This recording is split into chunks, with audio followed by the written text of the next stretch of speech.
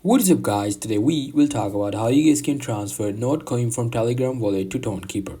Well, the process for that is pretty simple. For that, you need to open up your, first of all, Tonkeeper app.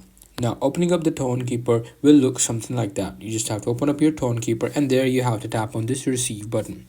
Now, tapping on this receive button will give you this wallet address. You just have to copy it. Now, after having this address from your Tonkeeper, you just have to open up your Telegram wallet. Now, so I'm just going to open up my Telegram wallet and there you go. This is how your Telegram wallet will look like. Here in my case, I do not have any cryptocurrency, but in your case, you will have some Notcoin which you want to transfer to Tonkeeper. So you just have to tap on send.